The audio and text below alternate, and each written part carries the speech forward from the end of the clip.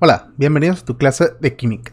El día de hoy empezaremos con el bloque 3 correspondiente a modelos atómicos y aplicaciones. El contenido que veremos en este video es modelos atómicos y partículas subatómicas. En cualquier lugar del mundo, en nuestra vida cotidiana, nos hemos encontrado con diferentes tipos de colores, con diferentes tipos de textura, con diferentes tipos de materiales. Y eso lo podemos observar incluso en cosas que son muy similares. Podemos tocar las cosas que son muy similares y determinar una textura diferente entre cada uno de los objetos, o como podemos ver en la imagen, son objetos similares, sin embargo los podemos observar de colores diferentes. Incluso los sabores o las sustancias que podemos mezclar para obtener sustancias diferentes también tienen mucho que ver con el tema que vamos a revisar el día de hoy. El agua, por ejemplo, en un día lluvioso, que se peguen los cristales, y que incluso existen diferentes tipos de cristales, como por ejemplo el diamante o los cristales de la sal de mesa, y el agua,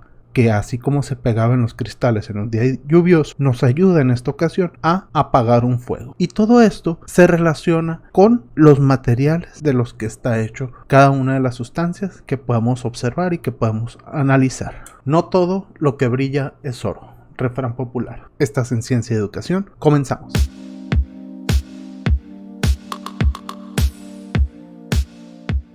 Empecemos con el tema de modelos atómicos. Desde el siglo V a.C., Leucipo y Demócrito establecieron la teoría atomista, que se fundamentaba en que la materia está formada por partículas indivisibles que se distinguen por su tamaño y su forma. Sin embargo, denominaron a esta partícula como átomo, que significa indivisible o infragmentable. Sin embargo, Empédocles y Aristóteles derrocaron esta teoría. Decían que no existía el átomo y que todas las sustancias o que todos los materiales que existían estaban formados por estos cuatro elementos, que eran agua, aire, tierra y fuego. Y esto permaneció hasta el siglo XVIII, cuando llegó John Dalton y propuso lo que ya habían establecido Leucipo y Demócrito, que cada elemento estaba formado por átomos, e hizo las siguientes postulaciones. Una de ellas es que todos los átomos de un elemento son idénticos entre sí, pero diferentes a los de otro elemento. Todos los átomos, todas las partículas que forman a un elemento son idénticos si están formando a ese mismo elemento, pero si estamos hablando de otro elemento, los átomos que forman a cada uno de esos elementos van a ser diferentes entre sí. También decía que los átomos de un elemento no pueden transformarse en átomos de otro elemento por reacciones químicas. Decía también que los compuestos se forman cuando los átomos de más de un elemento se combinan. En 1904 llega Joseph Thomson, que propone el modelo del budín de pasas. Retoma lo que decía Dalton y hace ciertos experimentos con cargas electromagnéticas y descubre que los átomos son esferas sólidas de carga positiva que contienen pequeñas partículas de carga negativa envueltas en toda esa masa, y lo asemeja con un budín de pasas porque decía que los electrones estaban envueltos en toda esa masa de carga positiva, y así como están las pasas o las chispas de chocolate en un muffin, en un pastelillo, entre medio de la masa, así estaban esos electrones dentro de esa masa de carga positiva.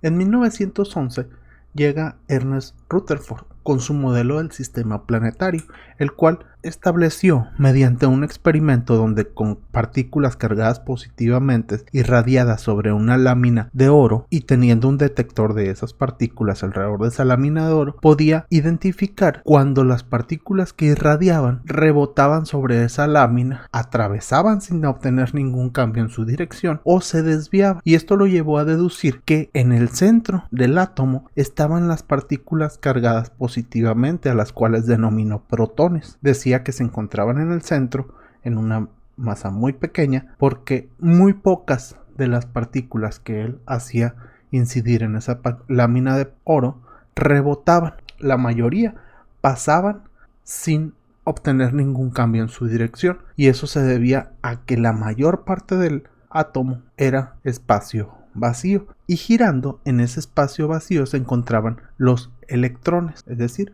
las cargas negativas, los cuales hacían que las cargas positivas que él irradiaba sobre la lámina de oro se quedaran atrapadas debido a la atracción de cargas. Le irradiaba partículas positivas, el electrón tiene carga negativa y se atraían esas cargas, quedaban pegados esas cargas positivas en la lámina de oro. Y se denominó este modelo como el modelo del sistema planetario, ya que se asemejaba a la rotación de los planetas alrededor del Sol. Se proponía que el núcleo del átomo era el Sol y los electrones que estaban girando en ese espacio vacío eran los planetas. Niels Bohr, alumno de Rutherford, no conforme con los estudios que había hecho su maestro, en 1913 propone el modelo cuántico, que dice que esas órbitas que proponía Rutherford se llamaban orbitales o niveles de energía, y cada nivel de energía contenía cierta cantidad de electrones, donde el núcleo estaba formado por protones en el centro y los electrones giraban alrededor en estos orbitales, y cada orbital iba teniendo un mayor nivel de energía.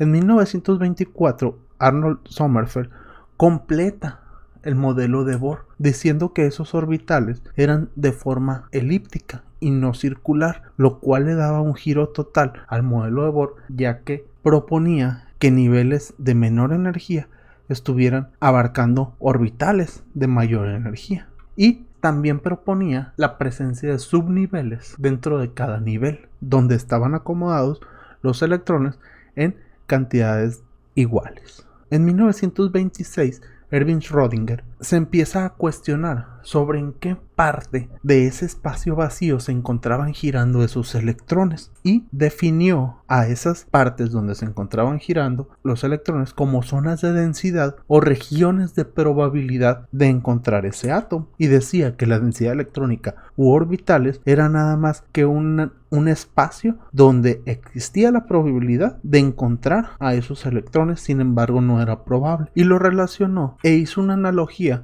con un gato dentro de una caja, y por eso se le conoce a este modelo atómico como el modelo de la caja y el gato, porque él decía que dentro de una caja hay un gato, pero tú no puedes saber si ese gato está vivo o está muerto o está dormido. Es más, ni siquiera puedes saber si está ese gato ahí con el simple hecho de ver la caja o conocer que ahí está la caja, pero tú no puedes saber qué es lo que está sucediendo con ese gato o en qué parte exactamente de la caja puede estar ese gato. Existe una gran cantidad de probabilidades. A lo mejor el gato está echado, está parado, está sentado. No se sabe con exactitud en qué posición está el gato, así como no se sabe con exactitud en qué posición está el electrón girando alrededor de ese espacio vacío en un átomo. James Chadwick en 1932 encuentra el neutrón como partícula sin carga, y después de todos estos experimentos, de todos estos descubrimientos que hicieron esta gran cantidad de científicos, se propone el modelo mecánico cuántico del átomo, que ya analizaremos en un video posterior. Recapitulando, el átomo está compuesto por electrones, protones y neutrones, a los cuales se les conoce como partículas subatómicas, y se diferencian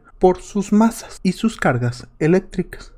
En el caso de los electrones, se simbolizan con una E minúscula y un superíndice con una carga negativa. La carga eléctrica es negativa, tienen una masa de 9.10 por 10 a la menos 28 y se localizan alrededor del núcleo. Los protones se simbolizan con una P minúscula y un símbolo positivo como superíndice, tienen carga positiva y una masa de 1.67 por 10 a la menos 24 gramos. En el caso de los neutrones, también se localizan en el núcleo, se simbolizan con una letra N, no tienen carga y tienen una masa muy similar a la de los protones, de 1.67 por 10 a la menos 24 gramos. Un concepto digno de analizar es el de número atómico, que se denota con una letra Z. Esto se refiere a la cantidad de protones que existe dentro del núcleo, por lo tanto también a la cantidad de electrones girando alrededor del núcleo, ya que los protones representan la carga positiva y los electrones la carga negativa. Toda la materia es neutra, como lo podemos saber, porque si tocamos cualquier material no nos va a dar toques a menos que esté cargado eléctricamente, y cada átomo presenta un número atómico que es específico para cada elemento. ¿Por qué? Porque lo determina el número de protones. La cantidad de cargas positivas que están en el núcleo nunca va a variar, siempre va a ser la misma, y esto es lo que hace diferentes a cada uno de los elementos. La cantidad de protones que tienen en el núcleo, por lo tanto, tienen un número atómico diferente cada uno de los elementos. En el caso del cobalto, tiene un número atómico de 27, quiere decir que tienen 27 protones en el núcleo y 27 electrones girando alrededor de él. En el caso del calcio, tenemos número atómico 20. Esto nos dice que tiene 20 protones en el núcleo y 20 electrones girando alrededor de él. Otro concepto es el de masa atómica, que se denota con una letra A mayúscula, y es la cantidad de protones más neutrones que tiene un elemento en su núcleo. Tenemos en su núcleo la cantidad de protones y la cantidad de neutrones y girando alrededor de los electrones. Sin embargo, los electrones, por tener muy poca masa, es una masa insignificante, y lo que le da realmente la masa a cada uno de los átomos son los protones y los neutrones. Y veamos cómo se calcula este número de masa. Teniendo siempre algún valor, vamos a poder calcular todos estos datos: el número atómico, el número de masa, el número de protones, neutrones y electrones de cada uno de los elementos. Y tenemos aquí 3 ejemplos. El primero es el nitrógeno con número atómico 7. Dice que tiene un número de masa de 14, que es lo que podemos calcular fácilmente, la cantidad de protones. ¿Por qué? Porque el número atómico representa la cantidad de protones y es 7. Y si tiene 7 protones, es decir, 7 cargas positivas, va a tener la misma cantidad de cargas negativas, que esos son los electrones. Por lo tanto, tiene también 7 electrones. Y los neutrones se calculan al número de masa restándole los protones. Tenemos un número de masa igual a 14 menos los protones, que son 7, nos va a dar 7 neutrones. En el caso del potasio, veamos qué es lo que podemos calcular. Tenemos un número de masa igual a 39 y protones 19. Esto quiere decir que los protones, que son 19, nos representan al número de masa. También debe de ser 19 y ahí lo tenemos. Ahora ya podemos calcular cantidad de neutrones y electrones. Los electrones, si tenemos 19 protones, van a ser la misma cantidad de cargas negativas y tenemos también 19 electrones. Y si al 39, que es el número de masa, le restamos la cantidad de protones, nos va a dar el número de neutrones, que son 20. En el caso de la plata, nos da la cantidad de protones y la cantidad de neutrones. Lo primero que podemos llenar ahí en la tabla es el número atómico, ya que nos da el número de protones, que son 47, por lo tanto el número atómico también va a ser 47. Y si tenemos el número de protones, también vamos a conocer el número de electrones, que son los mismos, 47. Ahora, si sumamos protones y neutrones, nos va a dar el número de masa, que es 47 más 61, 108. Y esta es la forma de representar a un átomo, con el símbolo en grande y en la parte inferior izquierda el número atómico y en la parte superior izquierda la masa atómica. Tenemos por ejemplo el cloro, que tiene como número atómico 17 en la parte inferior izquierda y como masa atómica en la parte superior izquierda 35. Y ahí tenemos número de masa atómica 35 y número atómico 17. Eso ha sido todo por el día de hoy. Si te gustó el video, no olvides compartir, suscribirte, darle like y activar la campanita de notificación. Si tienes dudas, preguntas o comentarios, no olvides escribirnos al correo cienciaeducacion20@gmail.com. También puedes dejar tus comentarios en este video o escribirnos a la página de Facebook CIE Ciencia y Educación @cienciaeducacion20. Muchas gracias, Carlos, por la edición de este video. Nos vemos en la próxima. Chao.